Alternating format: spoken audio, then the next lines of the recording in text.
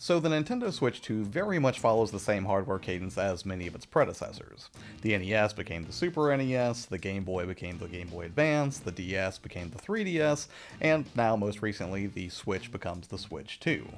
And while the Switch 2 obviously has a ton in common with its predecessor, it also sports a range of distinct features aside from just a raw bump in graphical fidelity. And that's exactly what I wanted to talk about today are the Switch 2 specific features, except for maybe one sheet that's on this list that we'll get to later, that I'm most excited to check out when it comes to the Switch 2 hardware when it drops this June. And the first thing that I'm weirdly excited to check out, which is completely antithetical to the type of playstyle that I typically prefer, would be I'm really curious to check out mouse mode on the Switch 2.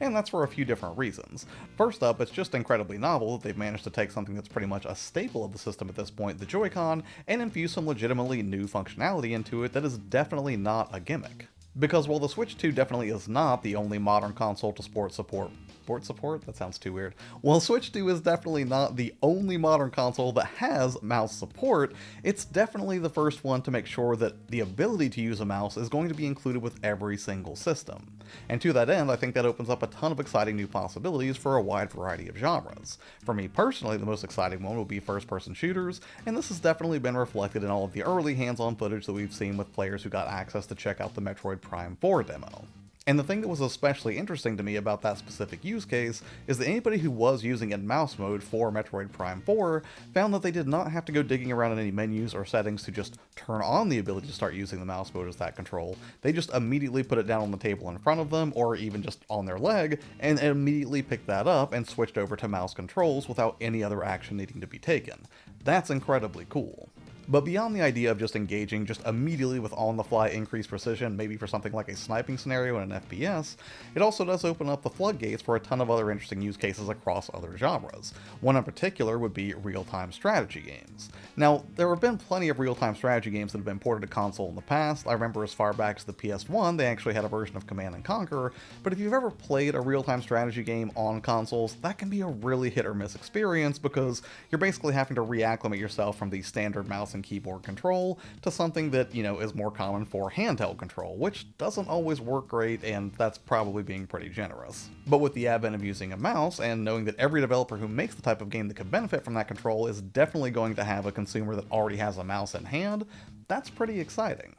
But even beyond mouse-centric staples like first-person shooters or real-time strategy games, there are existing games that Nintendo has had that really benefited from, say, stylus control on something like the 3DS that would benefit tremendously from mouse control. And probably the biggest one that I would be excited for is Super Mario Maker. And whether they make an entirely new Super Mario Maker or they just do a patch for Super Mario Maker 2, I would be fine either way, but it would be so much easier and so much more enjoyable to interact with the controls of building out your own Mario levels if you had the kind of precision that a mouse allows for. Not to mention, I think this definitely opens the door for perhaps a modern-day Mario Paint, which, even from back in the day, I've never really been an artist, but I really have great memories of playing that game back on the Super Nintendo, and I think it would be an incredibly cool full-circle moment for it to be implemented in a new version on the Switch, and with the kind of power that it has relative to the Super Nintendo, I can only imagine the types of experiences creative types would be able to churn out. Not to mention, I do still have a Mario Paint mousepad knocking around here somewhere, which is obviously going to be the mousepad that I'm going to use if I ever decide to use the Joy-Cons in mouse mode myself.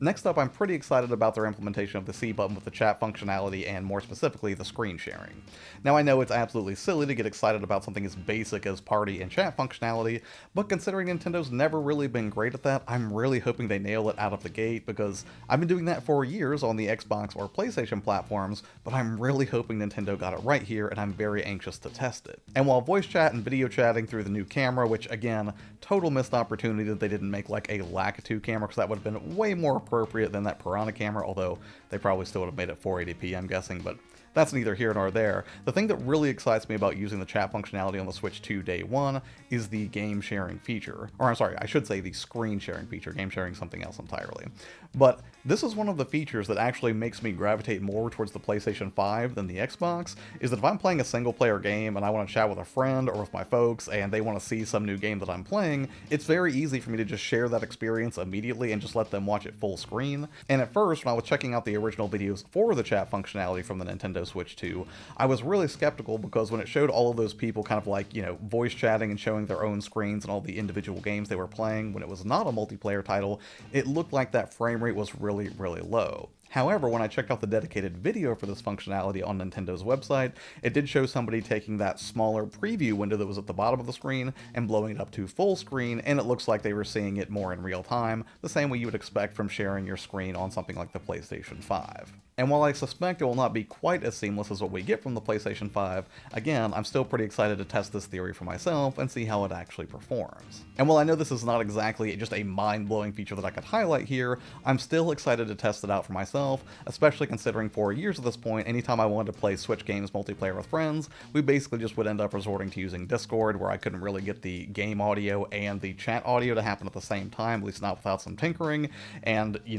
besides that, I know that they did technically have voice chat that you could do through the phone app, but I think I only messed with it maybe one time, and it was just such a cumbersome, goofy way to go about it that I had zero interest in revisiting it ever. So yeah, the fact that they're finally integrating it directly into the system is a huge win, and I hope it works well. The next big feature that I'm excited to check out on the Switch 2 is literally the bigger feature, and that is the expanded form factor of the handheld itself. Because I'm sure that figuring out how to make a handheld comfortable is an incredibly tricky exercise, especially when you're accompanied with Nintendo, who's planning on manufacturing hundreds of millions of units. Because it's not just that you have to make sure that the form factor accommodates all of the tech inside and how good that display is going to look, but then also you have to take into account the varying hand sizes of millions of different people who are going to be interacting with your device, and what the comfort's going to look like for people with smaller hands, larger hands, or any place in between. And because it's such a tricky thing to balance comfort, portability, and functionality, I'm literally excited to get my hands on this so I can begin to compare and contrast it against other handheld devices. Definitely the Steam Deck, probably the Ally, and of course the original Nintendo Switch and the Switch Lite, just to see what it feels like in hand compared to those other systems, and where it lands from a comfort perspective, especially considering it is a larger device, and depending on the weight distribution and how that feels, whether you're playing it seated, standing up, or laying down, it could lead to hand fatigue or getting cramped up, or maybe that's just a problem I have as an aging millennial, but these are definitely things that I consider when it comes to a new handheld coming out. And also as a kind of offshoot of that increased form factor, beyond just handheld comfort, I'm also pretty excited to check out tabletop mode. And when it comes to tabletop mode, this is just not a way that I ever really played my original Switch, and I think a lot of that is because the original Switch's kickstand was pretty garbage, and by the time the OLED Switch came out with its improved kickstand, I've pretty much written off that means of playing almost entirely. But now, considering it does have a larger display, a sturdier kickstand, and this mouse mode functionality, where I used to just completely ignore this, even if I was well suited to try it in like a coffee shop or an airport lounge or something like that, this seems a lot more appealing to me because I just think it's going to be a more comfortable experience overall, and considering there are a lot of games that are going to be sporting mouse support, including Cyberpunk 2077 at launch, I'm willing to give this one another shot. And this next one is kind of a cheat that I mentioned earlier in the video, but the other thing that I really want to test out is the virtual game card system, specifically with the Switch 2 Welcome Tour. Now, I realize that virtual game cards are not a Switch 2 specific feature, but Nintendo's Welcome Tour definitely is. And I figure this is probably the cheapest way that I can experience a digital-only title on the system as a physical collector, and be reasonably sure that I'm going to have a good time with it, but then it also allows me the ability to finally test lending a digital game to somebody, because a lot of my friends are just absolutely not going to buy the Switch 2 Welcome Tour, so that does give me an opportunity to try out that functionality in pretty much the cheapest possible way, short of, I don't know, downloading some shovelware free game or something like that, I guess. And even though every instinct in me as a physical collector is just almost completely opposed to buying digital games wherever I can avoid it, I'm willing to make an exception for the Switch 2 Welcome Tour because it does look interesting, and even though I feel like it definitely should have been a free pack-in title, especially in a world where we got Astro's Playroom for free on the PS5 at launch, and that's probably a much more, fully fleshed out and feature-rich game, I'm still going to take the leap just the same, and I figure it'll be a good testing ground for me to finally test out the virtual game card technology and see if lending is pretty good, not just in theory, but also in practice, rather than just making assumptions about how good or not good that entire system is. Also, this next one isn't necessarily a new feature, but there are two of them, and the second one definitely is a new feature, and that is the top-mounted USB-C port for the Switch 2. And the reason that I'm curious about this is, even though I did order the official Nintendo camera for the Switch 2 so I could sort of test that out, I've got more than a few USB-C based webcams knocking around here, and I would love to plug those in and see how they perform with the Switch 2 if they get detected at all. I definitely have at least one Logitech webcam that uses USB-C. I think I also have the Elgato Facecam that uses USB-C, And then I also have an Elgato adapter that will allow you to basically take a USB-C connection and then plug an HDMI cable into it, so you can pretty much use any beefy camera you've got lying around that has an HDMI out, whether that's a mirrorless DSLR, or if it's just a full-blown 4K camcorder or something like that. Not to mention there are tons of other peripherals that support USB-C at this point, and I would love to know if those work as well. Can I plug a USB-C dongle into it that accepts an SD card? Can I use right-angle adapters without any issues with the hardware form factor as it stands?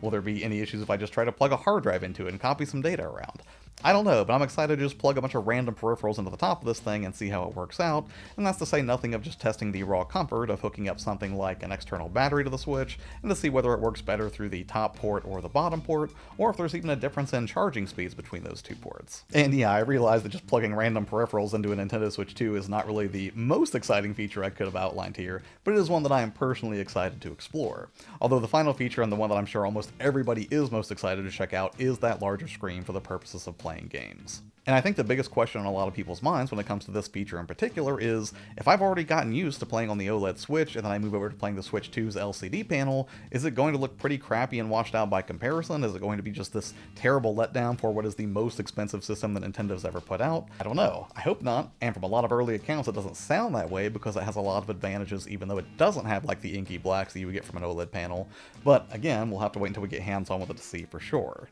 But assuming everything with that is good and the features that it has, like HDR, VRR, well, I think VR, I think there's a big asterisk for that right now, but at least HDR and then the 120 FPS capable display, assuming those counterbalance the relative lack of vibrancy that you get from not having an OLED panel, it's still going to be pretty exciting to see the larger screen on this device. And I am curious how those original Switch games are going to look on that, if there's going to be any issues with like scaling or anything like that. And even though this won't be the first portable that I've played with a 1080p display, because the Ally was definitely capable of that, it certainly is not the handheld with which I've spent the most time if you've watched any videos on this channel, and having spent so much time playing on the Steam Deck LCD, I'm very curious to see how that looks by comparison. I'm assuming it's going to be a pretty significant upgrade, but again, we'll have to see whenever the system launches on June 5th. And sure, there are other features and improvements that I've neglected to mention here about the Switch 2, like the magnetic Joy-Cons. I'm definitely curious to see how, robust that connection actually is, although I probably won't risk any drop tests with it. And I'm sure that the Nintendo Switch 2 Welcome Tour application will probably show me some things that I didn't realize about the Switch 2.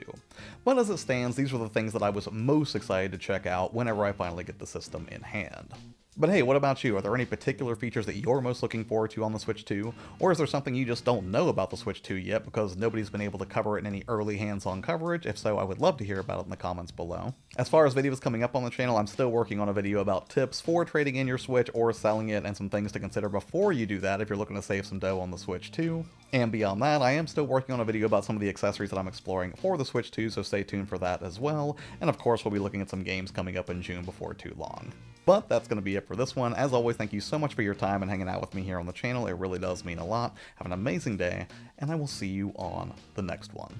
Bye.